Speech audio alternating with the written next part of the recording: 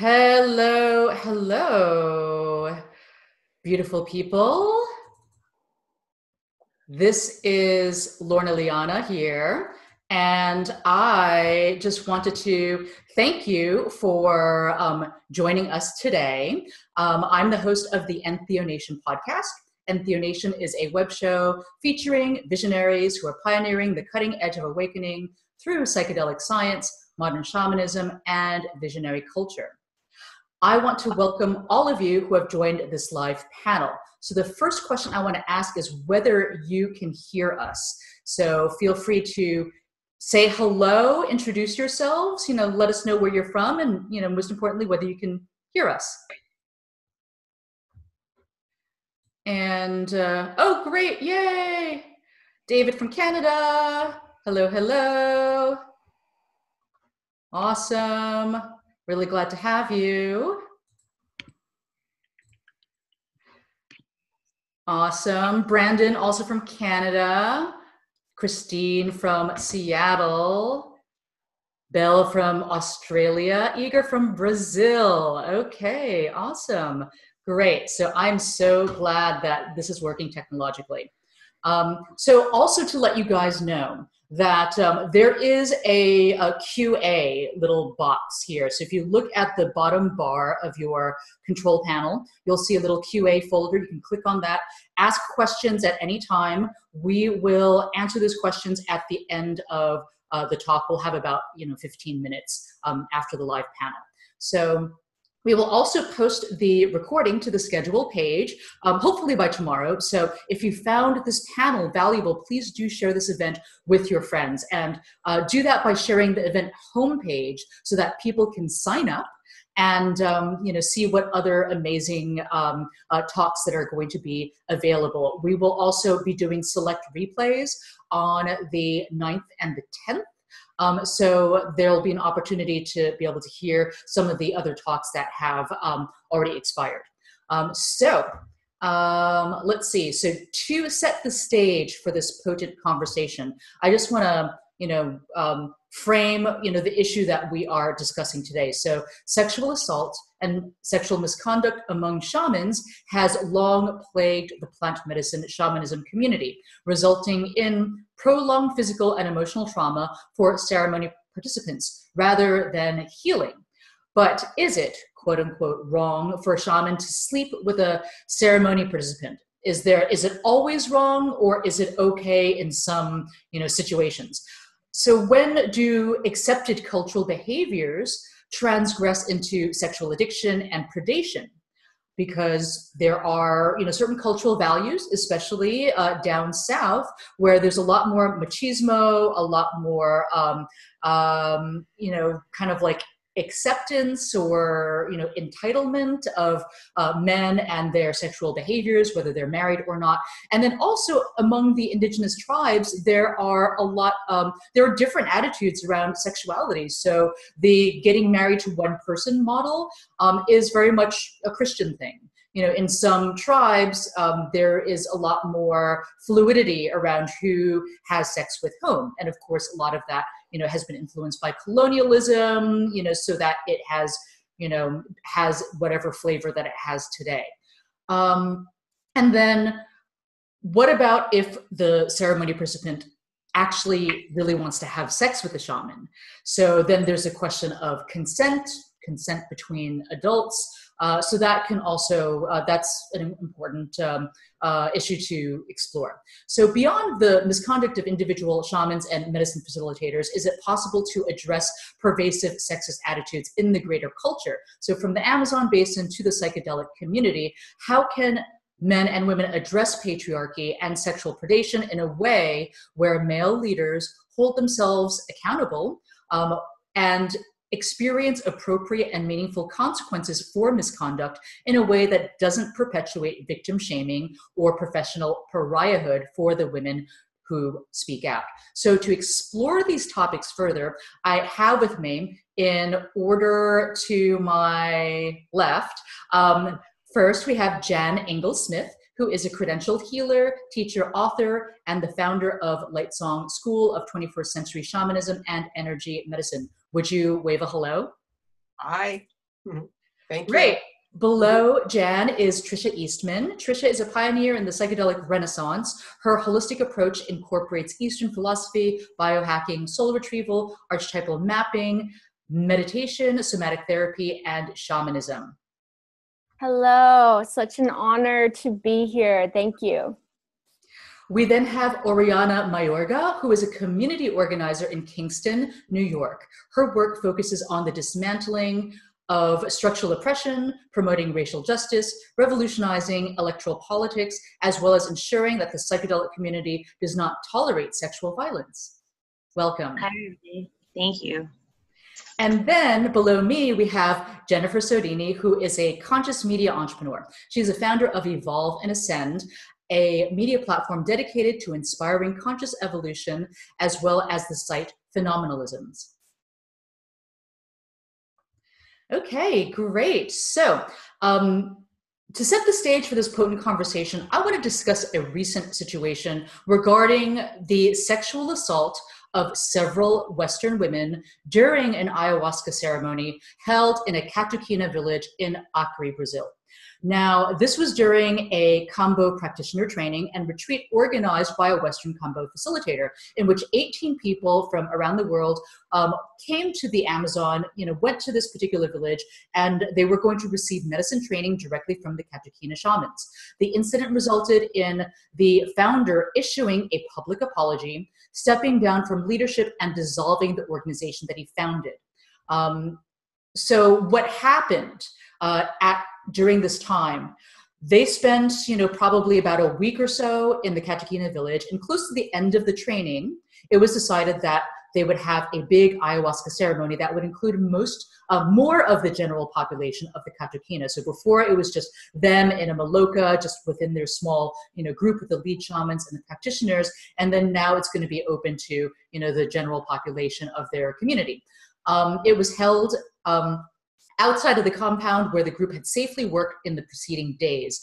There were several shaman presiding over the ceremony who assured the group that they would be safe and protected.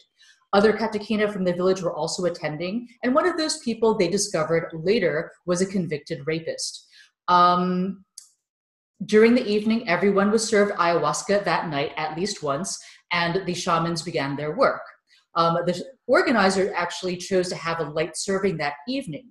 However, during that night, one of the women retreatants was having a difficult time and just really wanted to go back to the main house and lie in a hammock. The organizer left the ceremony to accompany the woman back to the main house, which was empty. He chose to stay there with her rather than to leave her alone in an empty house. The next morning, he was woken up by a group of women the next day who told him that 5 of their group was sexually harassed or assaulted during the ceremony. The organizer immediately sought out the chief and insisted that he bring back the shamans from the previous night to explain how this could have possibly happened under their care. The chief said the shamans had all gotten paid for their work and had gone back to town. However, one of the shamans was still in the village, so the organizer confronted him, to which the individual answered that some of the women were infected by a very dark energy, and that they had left the menacing spirit into the ceremony as a portal. The organizer and his group were unable to get the Catuquina shaman to take any responsibility for the incident. The Westerners also insisted the rapist be turned over to the police, and even though they pressed for any kind of proof, like a photo of the guy in jail, a report, some kind of documentation, they received numerous assurances that, oh yeah, he was arrested, he's been taken care of, he's at the police station, but they were never actually able to extract proof that this indeed happened. And so the reason why I want to highlight this incident is because the situation that they described in the Brazilian Amazon is actually, pretty common.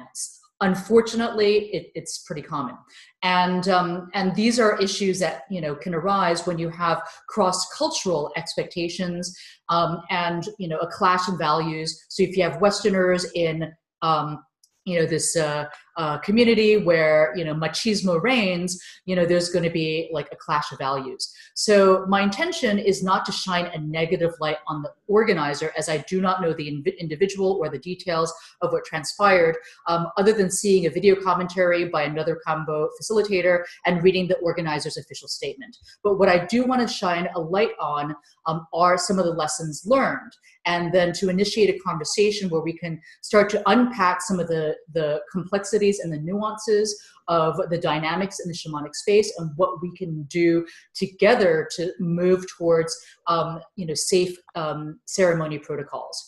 So in the organizer's official apology and statement, he mentions the dangers of you know, like expecting that another culture shares your same values. So the dangers of cultural projection, big differences in cultural paradigms and values do exist, as you know, and around permissible sexual behavior, as well as truth and accountability. There's also questions around the responsibility of the organizer when bringing groups into a different culture. And so one of the key rules of ayahuasca is that you do not leave ceremony before it is over. And so how do you make sure that everyone, including yourself, follows the safeguard? There are, you know, ways in which to consider structuring a ceremony so that participants are safe and supported. And so because of the cultural differences, you know, it would have been important for this facilitator to bring his own people to serve as guardians.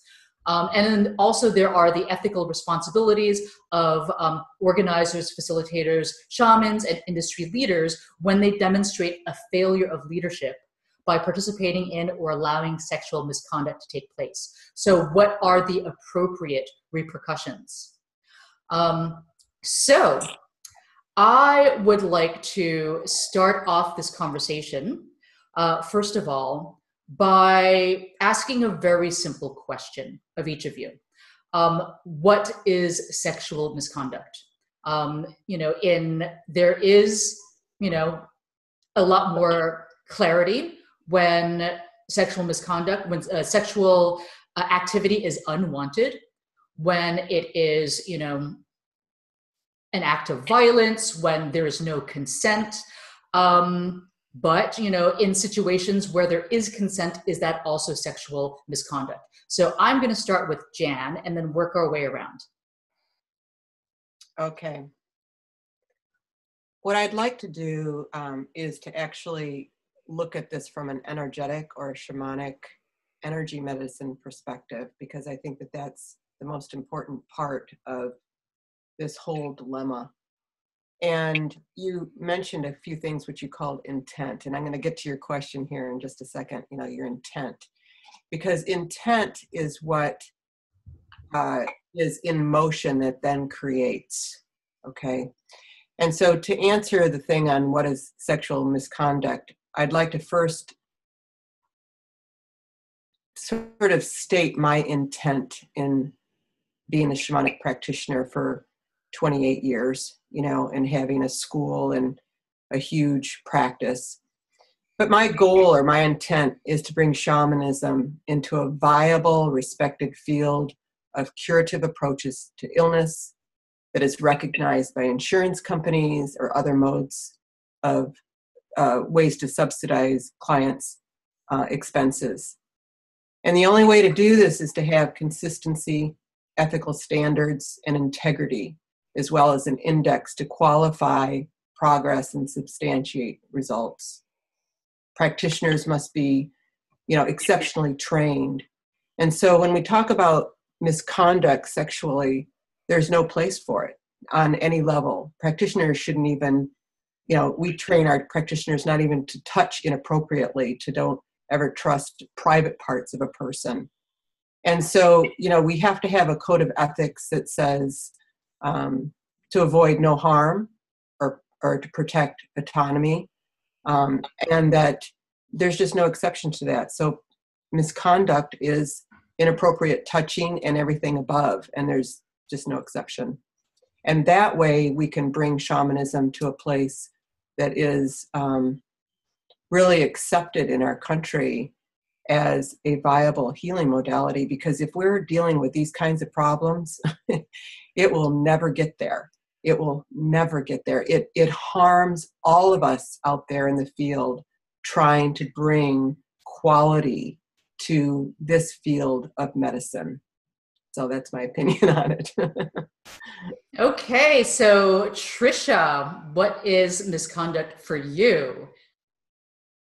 So I come from the lens of, working with a lot of people in psychology. My partner is a psychologist. And I really feel that when you're holding this space, the most important thing is that it's a completely clear container. A lot of the trauma that happens that's being cleared through this work happens in an age where people are very young. And so they're actually regressing sometimes into these stages. And there's a lot of projection or transference that can occur. And so it's really important that knowing that the participant can have distortions, you have to be clear within yourself to hold a really clear container.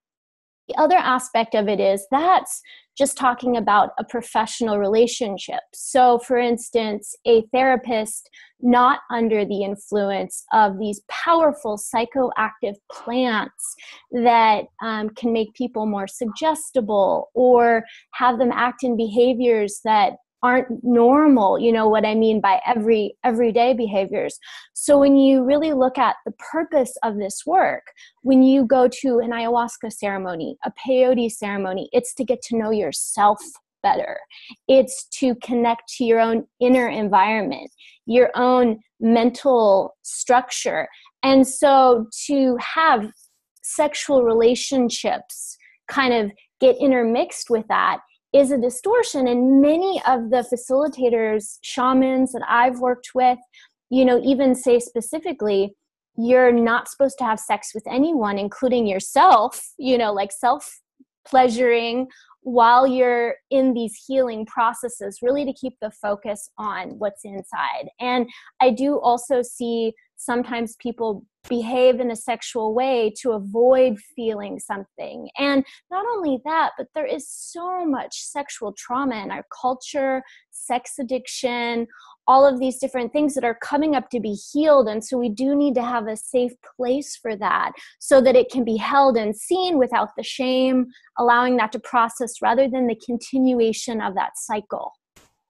So it's interesting that you say that because sometimes those same shamans are the ones having children with other people within the medicine community. What are your thoughts about that, Tricia? Yeah, I mean, here's the thing. I do believe that there is a level of relationship that is karmic and, it's based on our archetypal templates, and we can choose to act out those stories. But in order to really, truly resolve all of this stuff that we've been carrying for generations and generations as a culture, as multiple cultures across the planet, we really have to stop acting out these archetypal relationships. And so it's really about it's a more ascended behavior, which doesn't mean it's better.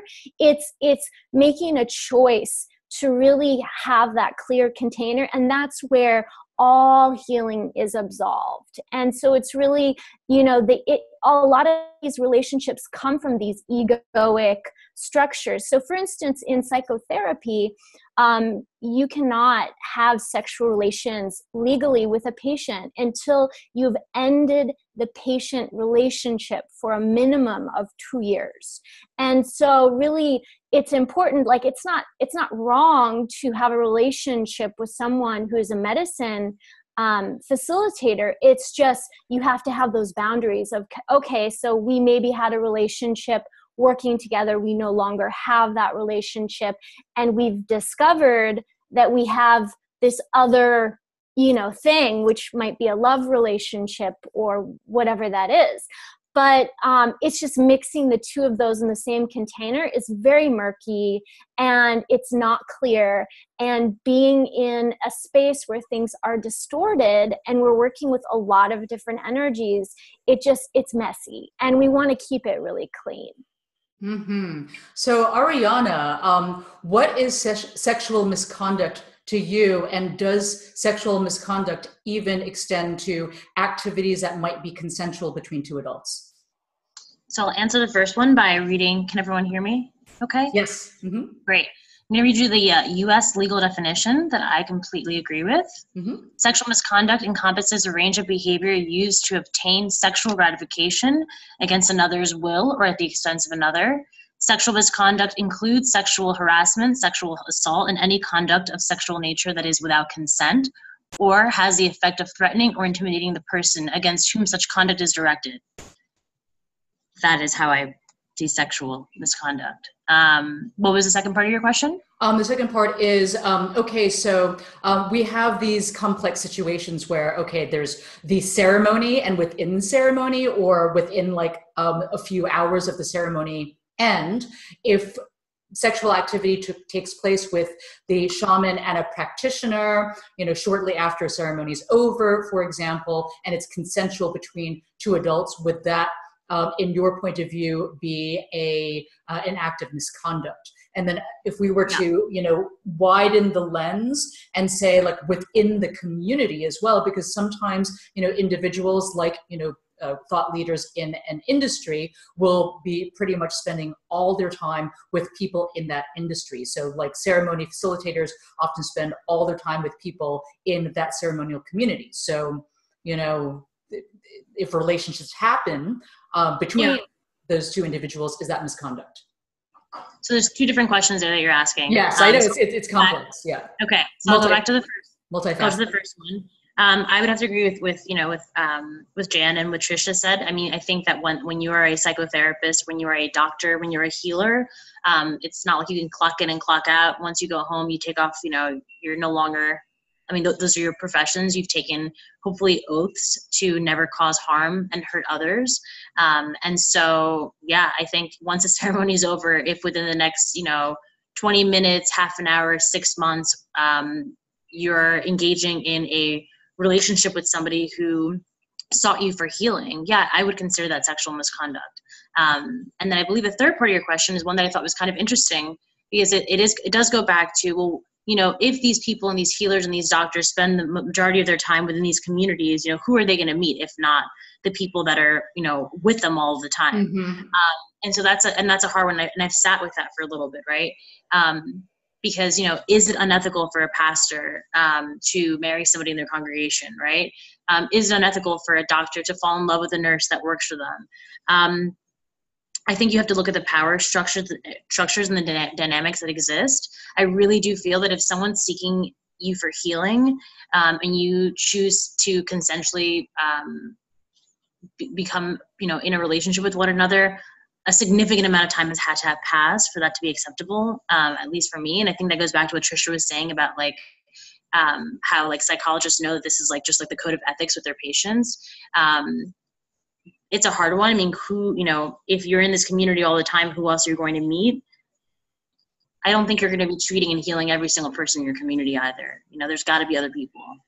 So, There's got to be other people, right? Yeah, that's a good question. That's a good question. Yeah. Okay. So Jennifer, what do you think? Let's say we have, a rock star shaman, facilitating this powerful ceremony, looking really beautiful in feathers, looking very attractive, under the influence of the medicine. And, a common phenomena is, the women, and I want to use this phrase. I'm not a fan of this phrase at all, but I've heard it at least a couple times in the past month. The women throw themselves at him. Does that make it okay? Is it ever okay? Oh, you're muted, honey. Can you hear me now? Yes. Okay. I really, really appreciate how Jan opened up the conversation using the word intention. Intention in the medical context is defined as to heal or treat a wound, right? So if we're holding an intention, looking at intention and the different layers of what that word means, and from a space of healing, it's when you're putting yourself into a situation like that, is it healing a wound, or is it opening it up further, or is it pouring salt into it? I've been involved in this space for the last 5 years, and I still consider myself very new, right? I'm still like a novice to it, no matter how many journeys I've been through. But I go back to the first time and being told to follow a dieta, and that dieta is adhering to a certain diet when it comes to food, energy practice, and sexual practice. And I think that when we're in a space where we're feeling so vulnerable and open, you have to just remember what it is to like abstain from indulging, and to also make sure that who you're working with is holding space for that as well. You know, I wouldn't feel very comfortable working with someone that's not going to practice what they're preaching, you know, to follow a dieta and to follow these rules and to be holding intention for healing when they're really deviating from it and pouring salt into a wound. And for me, I think there's a lot of gradients to what sexual misconduct may mean. And really, it's not just, you know, feeling sexually violated. It can be feeling violated through a word or being uncomfortable or anything that can regress you to a state where you're feeling vulnerable and exposed like a prey to a predator. So there's a lot of layers to the conversation, but I think really intention is where it begins. Mm-hmm. So regarding then what appropriate consequences might be. So let's say we have a shamanic community group, and the person who is the lead ceremony facilitator has an episode, a transgression, has, you know, and there's like a, if there's a scandal, a failing, you know, around sexual conduct, what are the appropriate actions for that person to take? Jan. You're talking about the host, right? Actually, well, let's see. Yeah, that's a very good question. What about for the ceremony facilitator, the person that actually is the shaman? And then there's also the organizer too, but like the person who is the shaman serving medicine. And you're saying, I'm sorry, I misheard your question, because you're saying what appropriate steps would the shaman take to correct his behavior? I'm not sure what you're saying. Yeah, so let's say there's an episode of sexual misconduct and the community's, you know, really upset about it. And there's conversations happening within the community about the, you know, said issue. What is the appropriate action for the person committing the act of sexual misconduct to take? Well, I think that question is, you know, that is in the ideal situation. The ideal situation would be that there is self-responsibility, there is removal of self, there is retraining and regrouping into understanding possibly Western standards and culture and what is expected here versus what is expected out of their culture. There's ownership of it. And I'll tell you, the people that I have been around that have, you know, been sexually inappropriate to others, they don't have that ownership. And then they're not held accountable, and then it perpetuates. In fact, in some ways, they can move into a thought form of being energetically honored, which I hear a little bit happening here, meaning like what you were saying, women throwing themselves at them, that they are these big, powerful beings, and it's a privilege to have sex with them.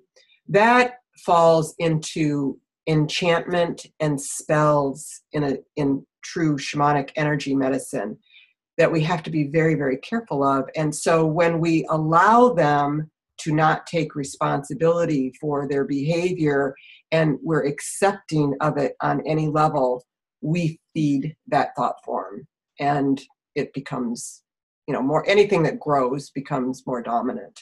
And so we have to be very, very careful with it, because it's, there's two things going on here that I see. There is the overall thought forms that have lived on for centuries of male dominance over women, outer authority versus inner authority. And so you have that going on. And then you have the thing going on of different cultures coming to our culture and bringing their particular ideas around things, disrespect for women, And it's overlaying, it's adding to the problem and not fixing the problem. So yes, there's accountability, and if they're not accountable, then you do what you can to fix the harm that was done, but you don't invite them back, and you try to squander their ability to have praying relationships on your clientele. I think there's a lot of responsibility that falls on the facilitator's shoulders, that you have a team of people that are responsible and respectful, and that you do a lot of background checks. I know for myself, I've had 4 different shamans from the Amazon connect with me and ask me to facilitate or to, bring them here, and I refuse them all, because actually in a little bit of a different topic, as I finished speaking with them and really trying to get to the core of what they were looking for, it was more on capitalism and greed, bringing in, like, they're looking to make some money. It was, they started the conversation off with, this is great medicine, it's for inner truth. But then as we talked about it, it was more around a money-making idea, which is, that's their gig, that's what they're needing to do, but I didn't want to be behind it. So there's a lot of overlays with what's going on. Yeah, so, in reference to the facilitator responsibility, I'd like to, direct this question to you, Tricia. So how do you, handle a situation, let's say, if, there are shamans from other cultures being invited into the United States, for example, and they have no idea, like, this psychologist code of ethics, like, that's just the furthest from their mind as to what any of that means. They're just doing what they normally do, which is, they're a man in their culture, they're a leader, they have the power, and they get to sleep with whoever they want, and that's how it's been for them, their lives, and it's how it's always been. Their dad did it, and that's just how it is. So the first thing I would say is, in all the work I do organizing retreats internationally, every time I work with somebody, there's a deep, rigorous interview process, whether they're a participant or whether they're someone that's co-facilitating, even if it's just for movement practice. And what really, there needs to be a common agreement made. And so there's definitely a responsibility of the organizer of whatever this group is, if they're bringing them into the US especially, to really have a code of conduct. And that is, this is the expectations that we have for this retreat, and making sure that person understands loud and clear. My personal preference in working with people is to really filter out those who haven't really done their own ego work. There's still a lot of people that are operating from an egoic orientation, really, based on maybe not being seen by their own parents as a child, facilitators or shamans that really haven't healed within themselves. So I really ask a lot of questions to dig in and see, is this person truly of service?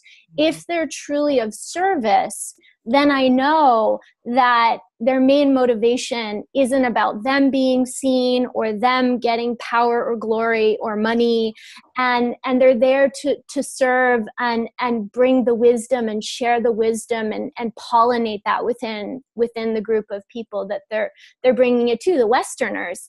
And so, most importantly, like, when we look at the guidelines of best practices, I really truly believe that we're moving away from this old paradigm of the rock star shaman. And that's an old thing from patriarchy. The patriarchy model was, almost like the king and the queen, and they held all the power, and now that power is being spread out. And the truth is, we all have this power within. A good facilitator can hold a space where each person can be empowered to bring that level of shamanism within themselves, to be able to do that healing within themselves. And I've seen it in ceremony before. And so I really believe that what we need to do is, for instance, look at models such as MAPS, where MAPS, instead of having one facilitator, they have a male and a female doing their MDMA psychedelic assisted therapy. There's a lot of places, even in Peru, the Temple of the Way of Light had a lot of trouble with the male shamans and power. And so they ended up switching over to all female shamans. And it's not necessarily saying, oh, male shamans can't hold that space. What I'm saying is that that was something that they had a cultural issue with. And so they ended up, making that switch over. That's not always the scenario. I personally think that having a male and a female facilitator to kind of balance that power is the way to go. And of course, also really from the organizer standpoint, really understanding where that shaman that they're bringing in is coming from. Okay, so one of the themes that also comes up when exploring this kind of dynamic is the greater theme of patriarchy and systemic types of behaviors that create intersectional trauma. And so it's also interesting to witness some of these things happening in the greater psychedelic space. So I would like to address this question to you, Oriana.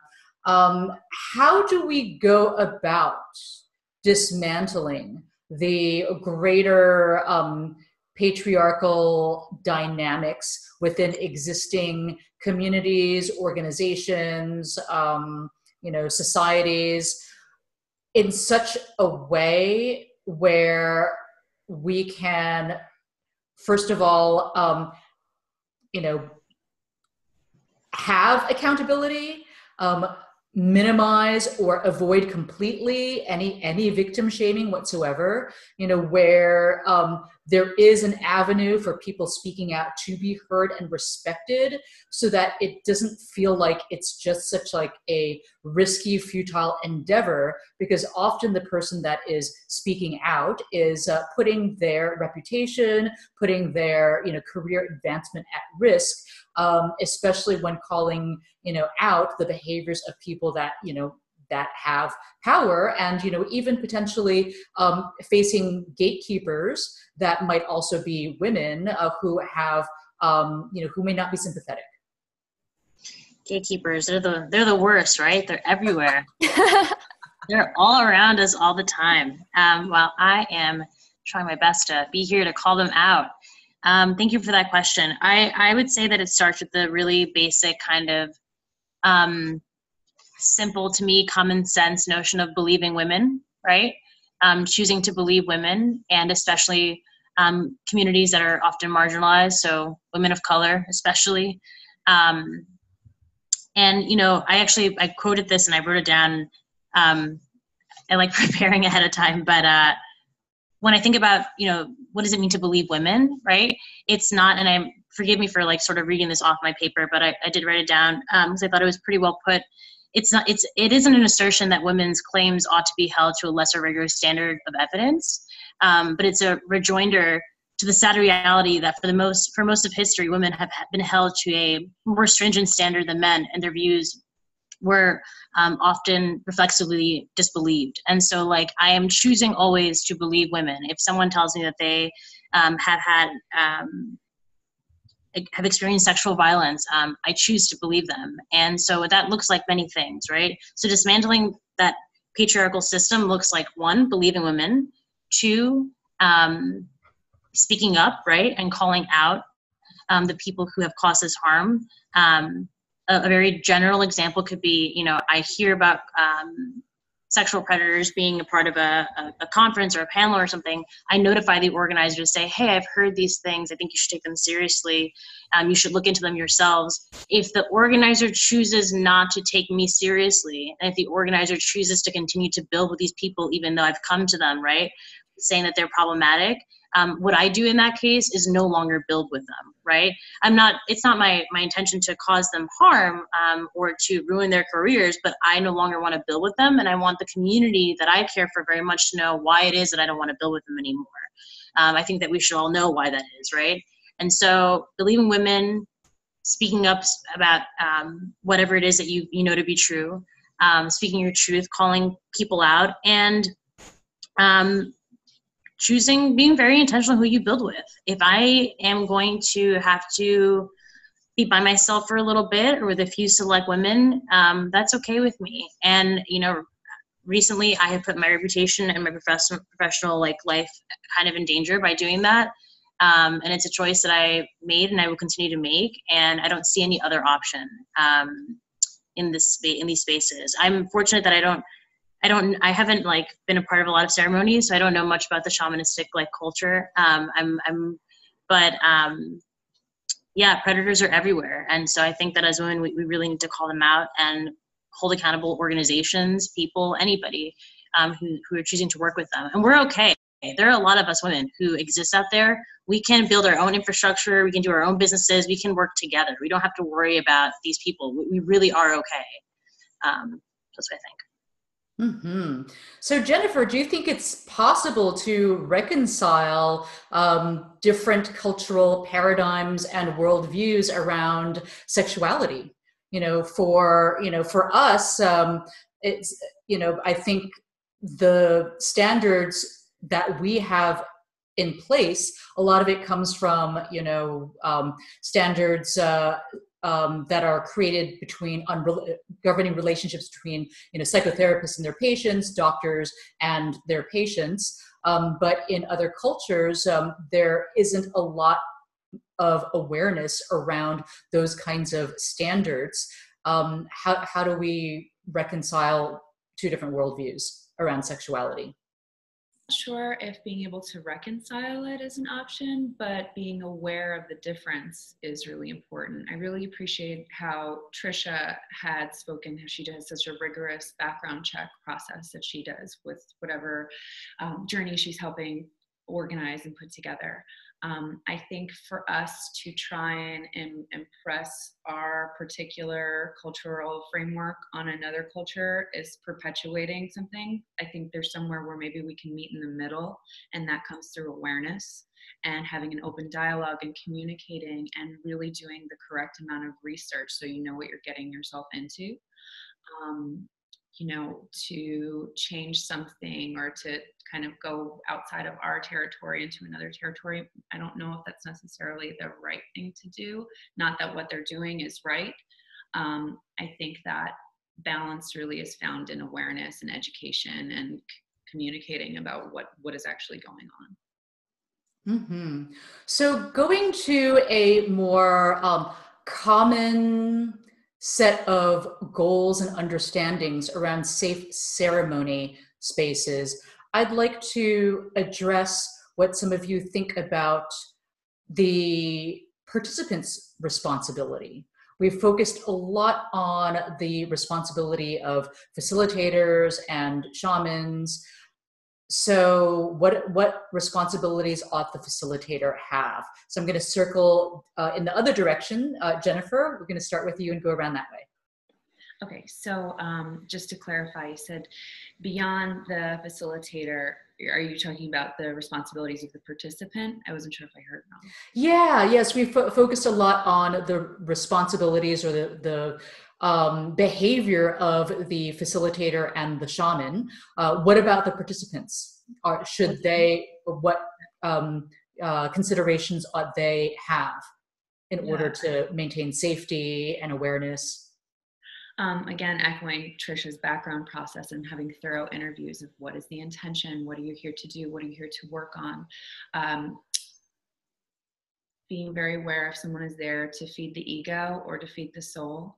Something that I've seen a lot happen in the New York community and in LA is, people will come down and have this experience that completely opens up their mind and their heart, and it's another mask gets put on where then they come back and it's like, well, now I'm a shaman, and people step into that, You know, I've seen it happen a lot. I'm like, no, this is a very slippery slope. And I think really, you know, the awareness of what the intention is, if it's for the ego or for the soul, and having the proper integration for when they come home, and ways to kind of step back into reality with a new awareness instead of creating another false reality or going down a path that's a slippery slope. That makes sense. Mm-hmm. So this could even apply to how they see the shaman who served the medicine as well. Yes, totally. Mm-hmm. Okay, so Oriana, what do you think? How should participants maintain their own safety and awareness and power? I mean, the only thing I can, in addition to what Jennifer said and Tricia about, you know, doing the best that you can to be as well informed as you can possibly be about, you know, who you are working with and who's healing you. If you, you know, unfortunately do experience some form of sexual violence, to speak up about it and to never work with that healer or that community again.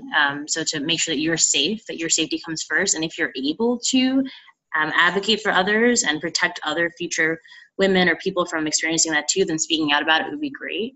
But other than doing, you know, your own research ahead of time and ensuring your personal safety so that you're never in that situation again with that particular healer or community, I can't imagine anything else. Mm-hmm. So Tricia, yeah, how do you do this research and find information? First of all, there aren't very good Yelp services for shaman.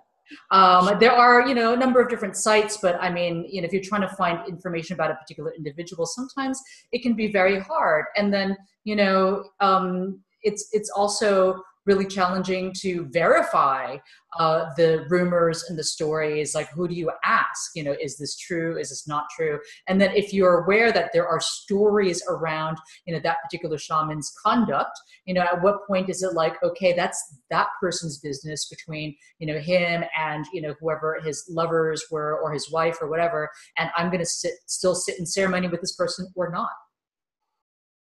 I think the most important thing is that every time you consider going into ceremony, you realize that that's a responsibility. You're walking into a state where you're in an altered state, and you need to make sure to ask rigorous questions. That's everything. That includes, like, how close is the nearest hospital if something were to happen? Who is going to be in the ceremony? What are their backgrounds? Really talking to the facilitator, asking about their approach, their background, their training, who trained them, and really getting clear. And then, like, really listening for certain things. Is this facilitator trying to sell them on something? Are they really focused on the individual? Like, what do you want from the experience? Is the facilitator asking them, or is the facilitator more bragging about their resume? You know, things like that. So you want to see, is this person, like, have a general attitude of your care and being attentive towards you as being their number one priority right off the bat? And if you feel that, then that's probably someone who is going to most likely hold a good space for you. If you're also looking to do a ceremony, start off by why you're going to do this ceremony. Are you really being called to the medicine? Have you been seeing signs? Or is it something where you're just like, oh, I read it in Newsweek this week and I have to do it right now? I mean, really listen. And I always say, like, just from the medicine standpoint, ask, like, literally outside of yourself, like the universe and yourself, show me who I need to work with. Show me what medicine is right for me. Show me when the right time is. Because when all of those things align for you, and they will manifest, then you will be ensured your safety, because it's aligned. It's aligned with the energy. Mm-hmm. So Jan, I'm going to put this specific question to you. It's one I've been grappling with. So there is a ceremony facilitator who does an amazing ceremony, and it's so great. I love it lot of my medicine tribe absolutely love being in ceremony with him. And then there was this issue. And there's this issue, and I believe that person ended up being banned from a particular location because of that issue. And, you know, it's just like, but it's not like this individual has a pattern of predation or anything. As far as I know, it was like this one episode. Yeah. You know, what do you do? I haven't actually spoken to the individual directly. I haven't sat with that individual since I discovered. So, you know, there certainly may be an opportunity to have a direct conversation, but I've been sitting with like do I go back and have this amazing ceremony with my dear medicine tribe, or do I, you know, avoid because it just seems so salacious what happened? I don't know. But then I don't know what's true. I think that that's your first priority, is to hear it from the person. You know, word of mouth, rumor, or, you know, other people's accounts are not as valid. But I have a hard line on things, again, that if there's been misconduct, then there needs to be a consequence. And that's the only way that we're going to change the flavor of things. And what I have seen, and I haven't brought ayahuasca people to the United States, but I've worked with a lot of shamans around the world and brought them into our community, which is, you know, we're several thousand or a couple thousand large. And so there's a responsibility there. And if there's shamans that have misconduct, I am not going to expose my people to them, because what happens in the bigger picture is it erodes our community long term. When there's problems and I don't show up as being responsible and creating a safe container, then it falls on me, and there is again an erosion of the community. And we watch this even with our own community members. I think that, you know, when we deal with misconduct, even in a classroom in teaching, that has kind of the same effect, because there's just this place where people don't feel safe, or they feel violated with, you know, specifics in their journeys and what has been shared in a group. And so that container that Tricia was talking about is absolutely utmost important. And you being a participant, you add to that container. Your choices add to that container of what you're feeding, either tolerance or not tolerating particular behaviors. And, you know, I take a hard line on it, because I have very, very, very strong goals and desires to bring shamanism into the forefront in a good way and seen as a healing modality. And I think we have to work as a team. This panel is outstanding in their views. I mean, I just love all the things that I'm hearing, and the way that you're dealing with things directly. Those of you that are working with these shamans coming into the country or going down into the Amazon. But the problem is bigger than just these particular incidences. It's where we're taking shamanism today.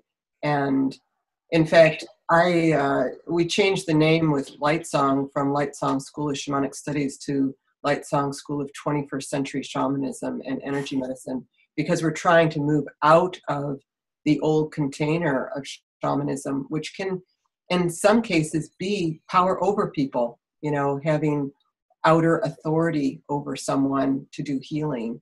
And as Tricia was also mentioning, it's about that inner authority. It's about empowering people to find their brilliance within.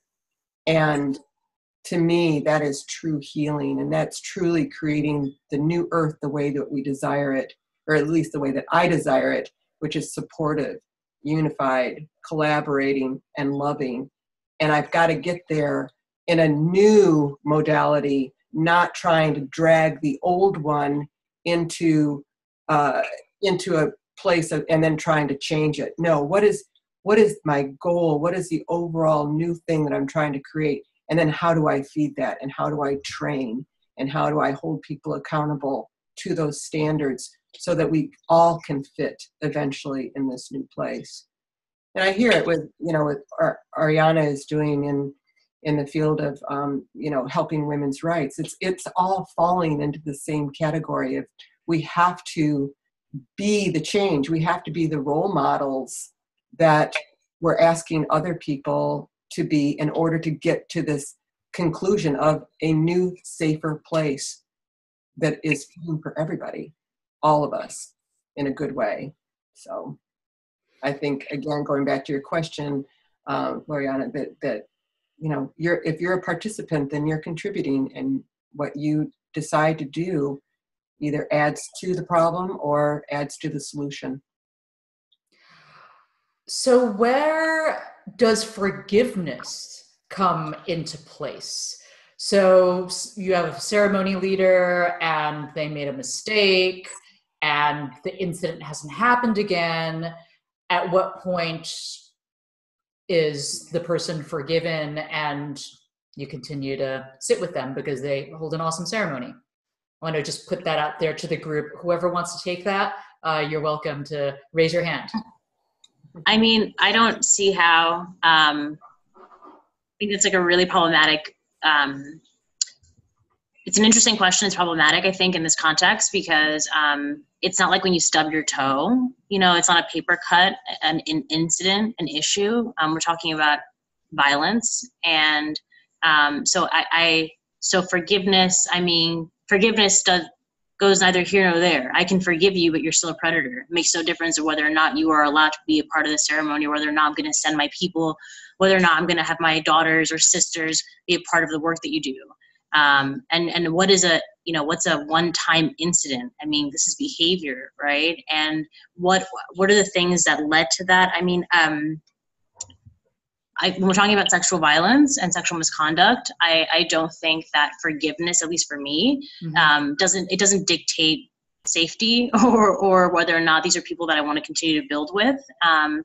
And really, it would have to be the survivor that determines whether or not they perceive what happened to them as a mistake. It's not up to us, I think, to make that judgment. Yeah, that's how I see it. Mm-hmm. So even, let's say, in the case where the participants and the shaman were, participant and the shaman, or the participants and the shaman were consent, it was based in consent. There still is nothing to forgive because it's still a crime what that individual did. I don't know about whether or not something to forgive. Forgiveness to me is not an important aspect of any of this. Like, what is consent, right? When was the consent given? Also, what was the dynamic? We're talking about a person that went to a healer for healing. So whether or not there was consent, there's a power structure that already exists that the healer should have known. They're professionals. They've been doing this work for some time. There's no, so if you rape me and you say, I'm sorry, and I say it's okay, does it make what happened to me all right? I don't think it does. I am a radical Christian. I love everybody. I have forgiveness for everyone. I'm not necessarily going to work or build with somebody that has caused harm to somebody else. Does that make any sense? Everybody else on the panel? Okay. Yeah. Yeah. So Tricia, traveling shamans with lots of kids and from other women. Is it, forgivable? Is it a transgression? So I really believe that, even in our culture now, I've seen, because there are new forms of relationships that are coming about, for instance, the polyamory community, and not everyone can hold those relationships in the right way. They take a lot of energy, they take a lot of communication and a lot of compassion, but most importantly, communication. And so if a facilitator has had a history of that, then I'm going to want to see them communicating and explaining things to people in a way so that there isn't any questions in their mind. It shouldn't be a question to anyone whether this person has the integrity to be able to make sure that everyone is protected in a safe sexual way. And I think the more that we move forward as a, we're in the germinal stages of this psychedelic era, and it's still the Wild West. And so the more that we form councils and we educate people and we enroll these facilitators in being part of these councils, and through our love and compassionate communication, we can bring them into the conversation, include them. And also a lot of these traditions, like we're coming in as a Westerner, putting our belief system on it. So they're thinking, oh, who is this person? They don't know my tradition. So making it more of a collaborative, co-creative thing, of course, having very specific things where it's like, well, this is definitely 10 out of 10 a no. Like, you sleeping with people in ceremony is something that we're not budging on. But maybe something related to, okay, you've had this past history, so how do we work with that? And how are you going to communicate that to repair that relationship? Jennifer, do you think it's even possible to have a code, an established code of conduct created that would be widely acceptable by facilitators, ceremony leaders, and shamans, regardless of the culture they are in? Honestly, I can't imagine that, because the difference of language and culture and community, there's so many different layers to that. I think something along those lines is the responsibility of the facilitator bringing people into these situations, part of this awareness and understanding that this is what we bring to the table in our offering, and this is the intentional community that we're creating. And we may be going into something that's foreign and they have their own belief systems, but this is what we're going to hold space for and what I'm facilitating. So I think that boils down to, aligning with the right communities and having faith that the communities that you're aligning with have really clear-cut morals and ethics, and are working with facilitators that align with that. Mm-hmm. Yeah, absolutely. I think that's great advice. Figuring out who your community and tribe is actually going to be. Mm-hmm. Any last thoughts before I open up for questions? Okay, so folks, I'm just going to take a quick peek in the QA section. I also, all right, so noticed a comment from Bohemian Brandon about their wishing there was a male panelist to give a broader view. I totally agree with you. When I put out the call for panelists for this this topic, not one of my 40 plus speakers actually, male speakers actually kind of stepped up to the occasion. So, but the women were very enthusiastic. So here we have it. But I definitely will keep that in mind if we have another live panel like this again. Okay, so hopping over into the QA section, I appreciate the perspective from the women on this, but I'm curious about the single gender panel. Yeah, exactly. So for males leading circles, it would be helpful to hear from men as well as who are working in integrity on how to protect themselves from being tempted, as well as from false accusations. Yeah. So as a panel, as a part of a school that is helping shamanic leaders do their work, this panel felt more like how to protect those attending rather than equipping leaders how to lead in integrity. This is a huge issue that will only be solved with the coming together of the genders in solidarity in ethical purpose, not pitching stones across the gender divide. Okay, so yeah, that is a really, really juicy comment. Thank you so much for putting that out there and bringing it up. And I would totally love to discuss this. So, yeah, apologize about the single gender panel. I put out like a couple of emails to the group of speakers that I had, and again, there was not one man that chose to volunteer to be on this panel. So I apologize for that. Let's see. So how So yes, so of course, from that single gender point of view, the focus of this conversation ended up being how women can be protected. And, you know, yes, I would say that that is often a, you know, if you were to widen the lens and look in the realm of, you know, sexual assault, you know, a lot of the conversation is, you know, how can women stay protected, because often the victims of sexual assault are mostly women. So that is kind of, you know, a dynamic. Let's see. So how can we equip leaders on how to lead in integrity? So let's focus on that question here. So, you know, yes, we're all, you know, women talking about a common experience of assault, you know,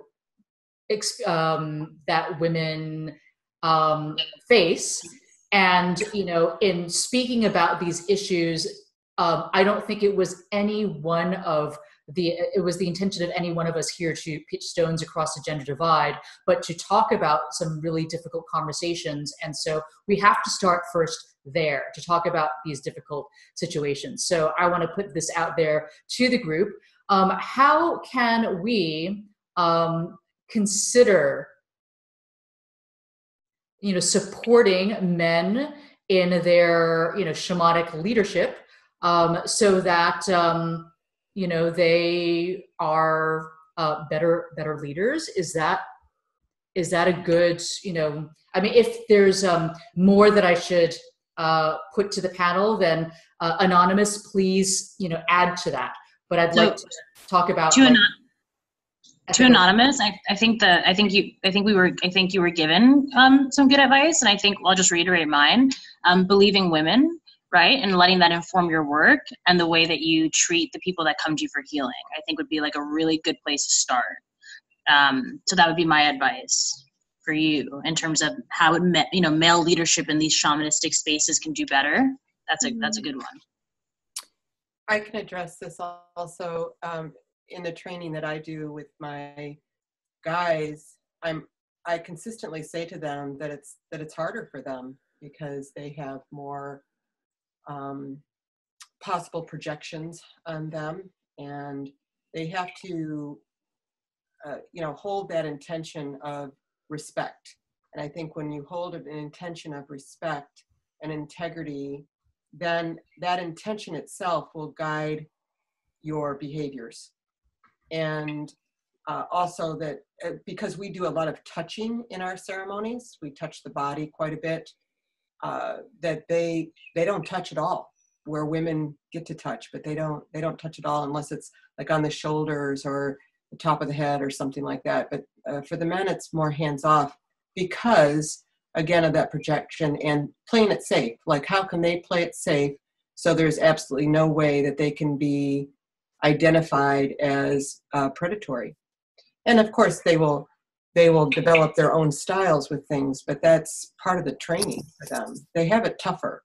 I think guys have it tougher all the way around because they have been seen as the predators for so long. And those that are not in that category, you know, they have to play it safe. But again, with holding the intention of respect and integrity to all people that they're working with will set a safer container for people.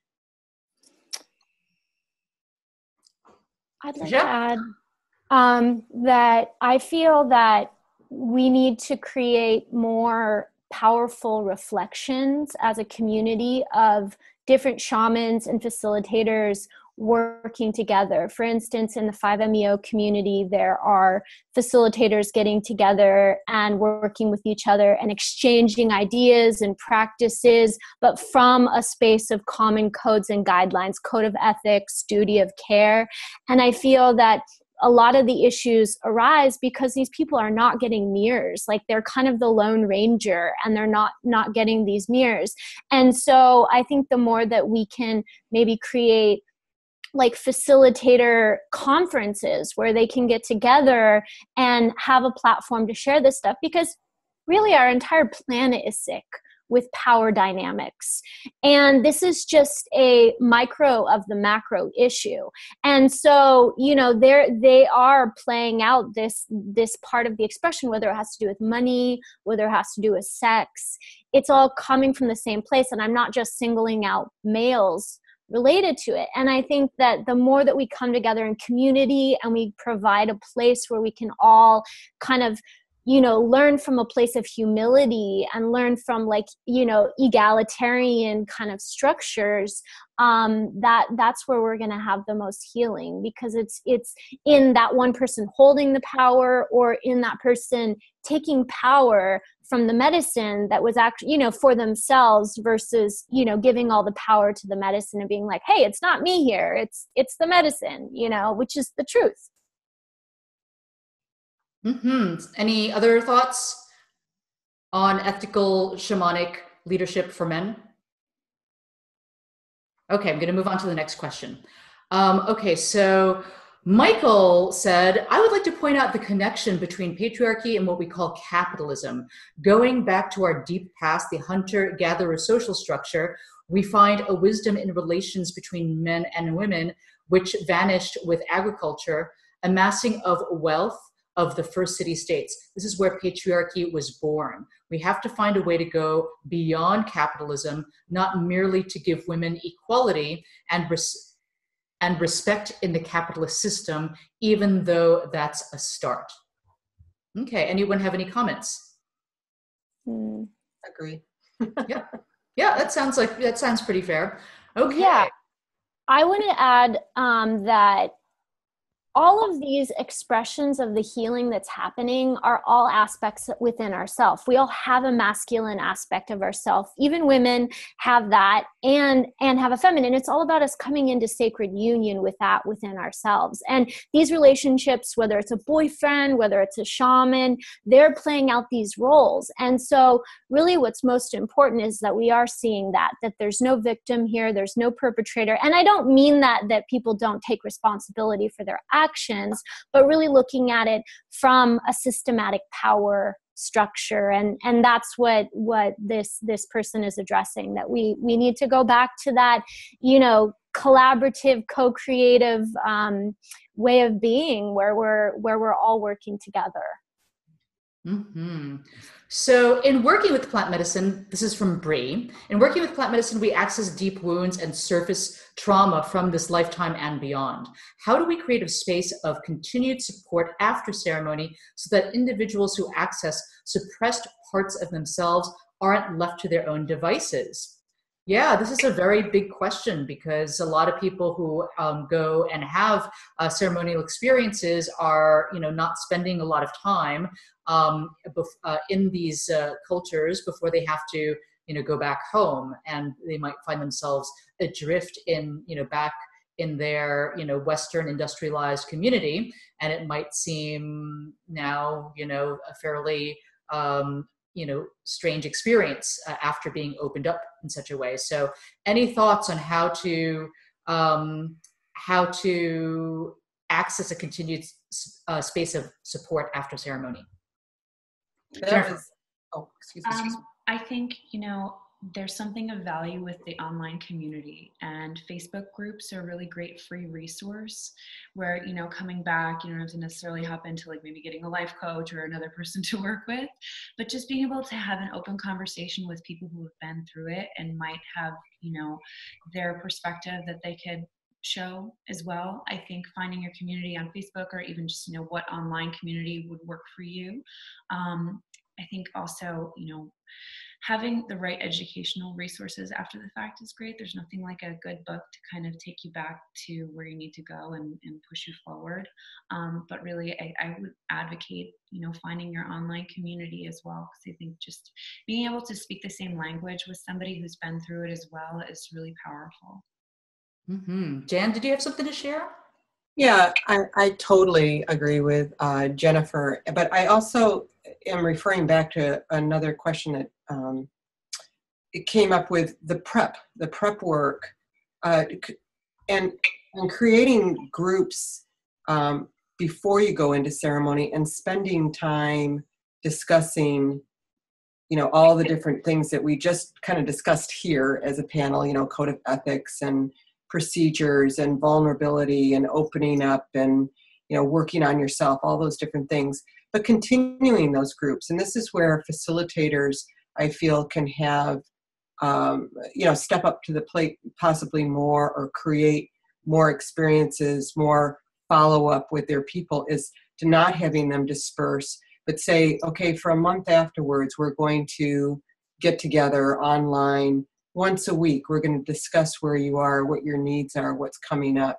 And hopefully this facilitator is trained in how to guide people, because there's a lot of things that can happen in ceremony, and a lot of things, especially if the facilitator is a shaman, that they can help with, soul retrieval, depossession, cord cutting, curse unraveling, all those different things that come up that can be exposed, that you can have discussion around, and then having leads where people can go for further work, because this is big stuff. It's not just, scratching the surface. This is deep inner work that is exposing wounds that have all of these possible implications and needs to go to truly find healing for people.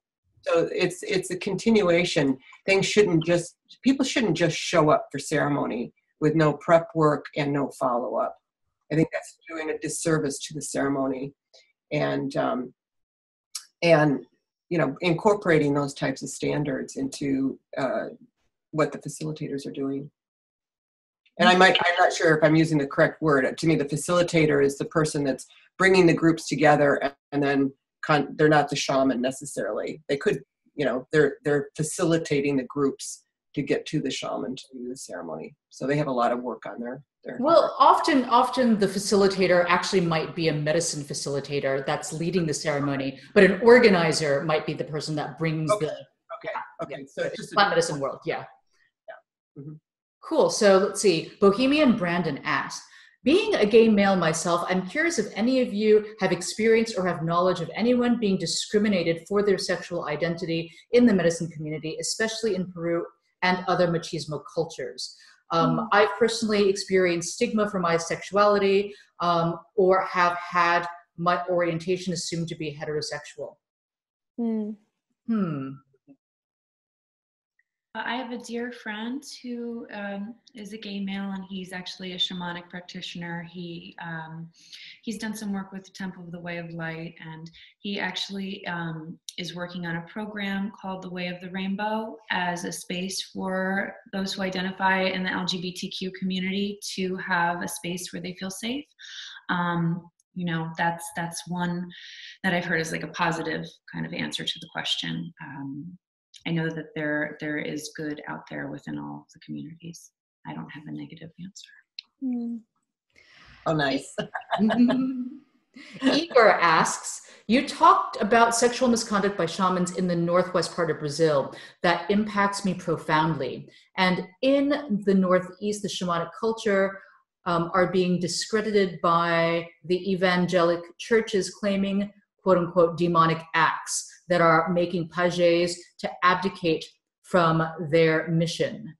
So you think this will disturb the knowledge to be spread to other countries and inside Brazil? Lots of people here doesn't have a clue of its medicinal cultural knowledge, since it has facing problems from inside the tribes. I'm not entirely sure if I understand your question, clearly, Igor, but my sense of what you're trying to ask, and feel free to correct me if I'm wrong, is it sounds like you're asking, do we think that the activities of evangelical churches demonizing the shamans is going to negatively impact shamanic knowledge being spread to other countries inside Brazil, where a lot of people don't have much knowledge at all about Brazil's own medicinal cultural knowledge. Did I understand that clearly? Feel free to say no if I'm incorrect.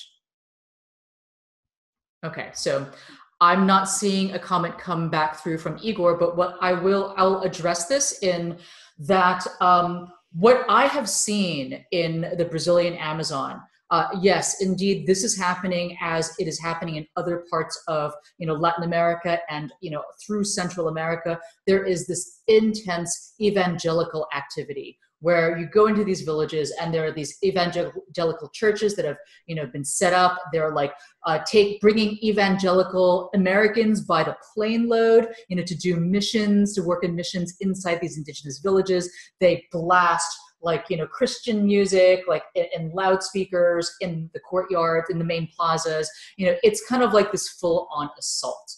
And so what I will share the story of something really beautiful that I had a story that I heard from a number of people that were involved, which was the reclaiming of ancestral shamanic wisdom and practices when the evangelical church of that community were unable at all to resolve a problem that this particular village had around the mass possession of their young girls. So this village is about an hour outside of Cruzeiro do Sul, Acre, and they went through this period where the young girls, 12 to 15, were being possessed by entities, and many of them, and the leadership had no idea what to do. And the chief of the tribe was evangelical, and his son was the pastor of the church. And so they tried to exorcise the young girls, including the pastor's daughters. And the witnesses that I spoke to said that they would, hear the girls speak in a really deep voice of things they had, weren't supposed to know, and exhibiting strength of men that were much bigger than them, and it was all very scary, and they couldn't exorcise the girls through the Christian methods, and so they called the shamans far and wide to help them resolve the issue. And so all these shamans came from different parts of Acre, and my friend who's a videographer told me, he was video taping this entire incident, and he said pretty much towards the end of it, all the other shamans left except for the last one, who was the Ashaninka shaman known as Benki Pianco. And so he was able to help the girls and depossess the village. And in the process of communicating and appeasing the entities, they were able to discover that they were the ancestors that were upset that the community had lost their ancestral ways. And so the way to resolve that is to bring back the ancestral practices. And so he started to teach the leaders how to make medicine, how to work with hape, how to sing. They had lost their language. Maybe only 4 people in their community could even speak Puyanawa. And so they, started to learn the songs that the other tribes were singing, started to learn how to conduct ceremonies. And basically the pastor, when he realized that the Christianity was totally ineffective, but the shamanism worked, he stopped being the pastor. He just, no longer, he renounced Christianity. And then half the evangelical church followed him. And so they've established their alternative practice, which is twice a week. They've got this beautiful arena. They do shamanic ceremonies, and they're bringing back their culture. So we're actually witnessing this beautiful indigenous cultural renaissance that's happening because of the renewed interest in indigenous culture, not only by Brazilians, non-indigenous Brazilians, but also by people who are visiting from outside. So I hope that helps. That's a great story. Great. Love it. And then he clarifies, yes, and if this sexual misconduct will be used to input credit to the church acts. I don't know about that. I mean, per se. I mean, I suppose, one could make that extrapolation. I think, evangelical forces do look at any excuse whatsoever to evangelize a people, regardless of, whether it's, like a cultural practice or a belief system. They're always looking for a reason to convert. So I don't know, whether that sexual misconduct per se will be used as a justification for evangelization. But, again, their methods are, in evangelizing the indigenous are also highly questionable. So, it could happen. All right. So I think we lost Jennifer, and I think we're about to, oh, there you go. We switched places with Oriana. So I think, let me just make sure that we're all wrapped up with questions. Does anybody have anything else, any parting words of wisdom that they want to share before we close the panel? I do. Sure.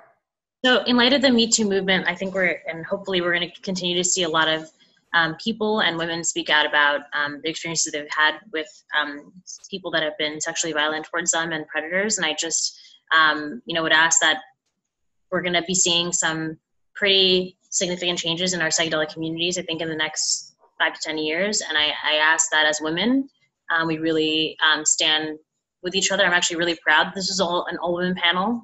It's a rare thing. And, we have to be with each other and help each other and do what we can to make sure that those who want to block us in research and in whatever, areas, because there is always going to be retaliation for speaking truth to power. And so I just implore everybody to stand by each other. And I was very honored to have been with all of you today. Mm. It was an honor to have you. It was an honor to have every single one of you. Thank you so much for your time. I just want to chime in one last thing before this webinar disconnects, which is, I just want to encourage everyone out there, okay? These are very difficult conversations, the conversation about gender, about race, like all of these, hot button topics in our, media, in our, politics, they're very triggering. And I want to encourage everyone to, first of all, listen to each other without immediately reacting in some type of defensive, type of reaction, and then escalating conflict, which is, only going to create more division. I want to invite you to consider listening first, because sometimes we have to have these difficult conversations, and just by virtue of having them or bringing up something that is not right in our society, pointing out that a problem exists doesn't necessarily mean that we're trying to create more division in our community. We need to be able to talk about the problems first and hear each other fully so that we can move through these challenges that, that basically, impact all of us collectively, and find a solution collectively that is beneficial for all. All right, thank you, ladies. I want to wish you and the audience a beautiful rest of your day. Thank you for joining us. We'll post the recordings, and bye for now. Bye. Thank you. Thank you.